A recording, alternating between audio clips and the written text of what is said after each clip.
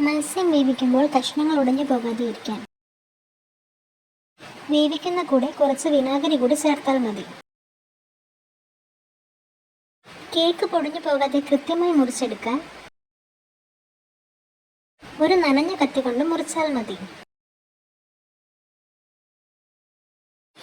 കരിയുമ്പോൾ കത്തി കൊണ്ട് കൈ മുറിഞ്ഞാൽ വേഗം മുറി ഉണങ്ങാൻ വേണ്ടി മുറിഞ്ഞ ഭാഗത്ത് ഉടൻ തന്നെ കുറച്ച് കാപ്പിപ്പൊടി വെച്ച് കെട്ടുക. വെള്ളരിക്ക ഫ്രിഡ്ജിൽ വെച്ച് സൂക്ഷിക്കുമ്പോൾ പെട്ടെന്ന് അഴുകി പോകാതെ ഇരിക്കാൻ വേണ്ടി ഒരു പ്ലാസ്റ്റിക് കവറിലിട്ട് വെച്ചാൽ മതി. ഇറച്ചി കറിക്ക് നല്ല രുചിയും വാസനയും ലഭിക്കുവാൻ വേണ്ടി ഗ്രാമ്പൂവിൻ്റെ ഇല ചേർത്ത് ഇറച്ചി പാകം ചെയ്താൽ മതി. കേക്ക് ഉണ്ടാക്കാനോ അല്ലാതെയോ മുട്ട അടിക്കുമ്പോൾ നന്നായി പതയാൻ വേണ്ടി മുട്ട അടിക്കുമ്പോൾ അല്പം ഉപ്പ് കൂടെ ചേർത്താൽ നന്നായി പതഞ്ഞു കിട്ടും. പച്ച തക്കാളികൾ പഴുപ്പിക്കാൻ വേണ്ടി ഒരു ബ്രൗൺ പേപ്പർ കവറിലിട്ട് ഇരുട്ടുള്ള സ്ഥലത്ത് സൂക്ഷിച്ചാൽ മതിയാകും. ഉരുളക്കിഴങ്ങ് വേവിക്കുന്ന പാത്രത്തിൽ മുട്ട കൂടി വേവിച്ചാൽ ഇന്ധനം ലാഭിക്കാൻ സാധിക്കും. പുഴുങ്ങിയ മുട്ട മഞ്ഞക്കരു പൊടിയാതെ മുറിച്ചെടുക്കുവാൻ വേണ്ടി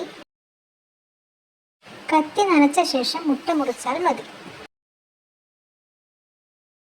ചിതലിൻ്റെ ശല്യം ഒഴിവാക്കാൻ വേണ്ടി കർപ്പൂരവും മണ്ണെണ്ണയും ചേർത്ത് സ്പ്രേ ചെയ്താൽ മതി. കൊതുകിനെ അകറ്റാൻ മുറിക്കുള്ളിൽ പച്ചത്തൊണ്ടും വേപ്പിലയും പുകയ്ക്കുക. ജാം കട്ടിയായാൽ അത് ലൂസാകാൻ വേണ്ടി അല്പനേരം ചൂടുവെള്ളത്തിൽ ജാമുള്ള പാത്രം മുക്കി വെച്ചാൽ മതി. അരി കഴുകിയ വെള്ളത്തിൽ സ്ഫടിക പാത്രങ്ങൾ കഴുകിയാൽ ആ പാത്രങ്ങൾ വെട്ടിത്തിളങ്ങും. അരി സൂക്ഷിക്കുന്ന പാത്രങ്ങളിൽ ക്ഷുദ്രജീവികൾ കയറാതെ ഇരിക്കാൻ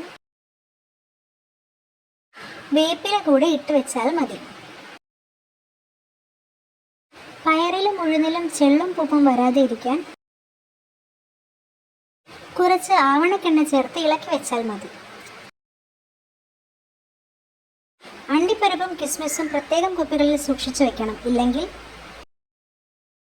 ഒന്നിച്ചു വെച്ചാൽ പെട്ടെന്ന് കേടായി പോകും. നാരങ്ങ പെട്ടെന്ന് ഉണങ്ങിപ്പോകാതെ ഇരിക്കാൻ ഒരു നനഞ്ഞ തുണിയിൽ പൊതിഞ്ഞ് സൂക്ഷിക്കുക. Thanks for watching. ഇതുപോലെയുള്ള കാര്യങ്ങൾ കൂടുതലായി അറിയണമെങ്കിൽ ഈ ചാനൽ സബ്സ്ക്രൈബ് ചെയ്യുക.